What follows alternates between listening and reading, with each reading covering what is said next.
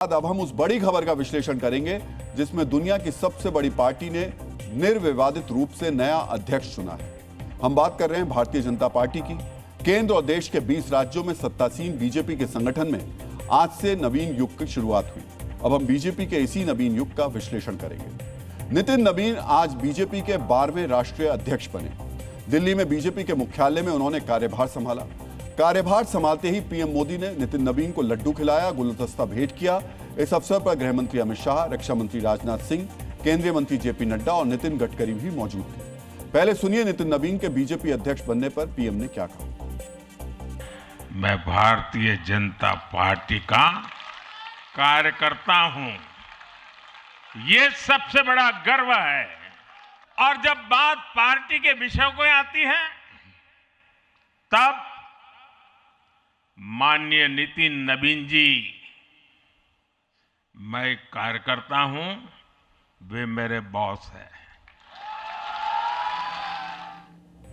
प्रधानमंत्री ने जो कहा वो संगठन का सम्मान है।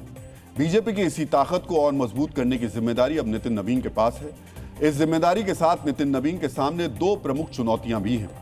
पहली चुनौती पार्टी के राजनीतिक विस्तार की है, दूसरी संगठन के विस्तार की। मित्रों, अगले 5 महीने में असम, पश्चिम बंगाल, तमिलनाडु, केरल और पुडुचेरी में विधानसभा चुनाव होने हैं।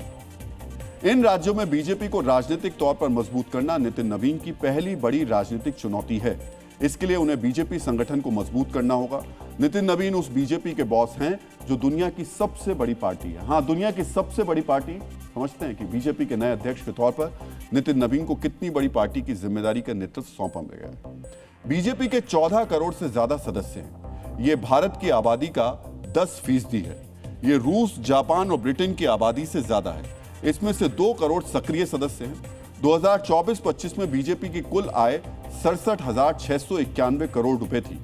बीजेपी के पास देश भर में 6,046 करोड़ रुपए की संपत्तियां हैं। देश के 768 जिलों में बीजेपी कार्यालय हैं। देश के सभी राज्यों में बीजेपी की उपस्थिति है। बीजेपी के 240 लोकसभा सांसद, 99 राज्यसभा सांसद, 1,656 विधायक और 168 विधान परिषद सदस्य हैं। नितिन नवीन इसी विशाल पार्टी के राष्ट्रीय अध्यक्ष बने। सुनिए अध्यक्ष बनने के बाद उन्होंने क्या कहा। हमारा शीर्ष नेतृत्व और यहाँ पर बैठा हुआ पार्टी का वैसा नेतृत्व जिसने हर बूथ तक भाजपा के विस्तार में योगदान दिया है।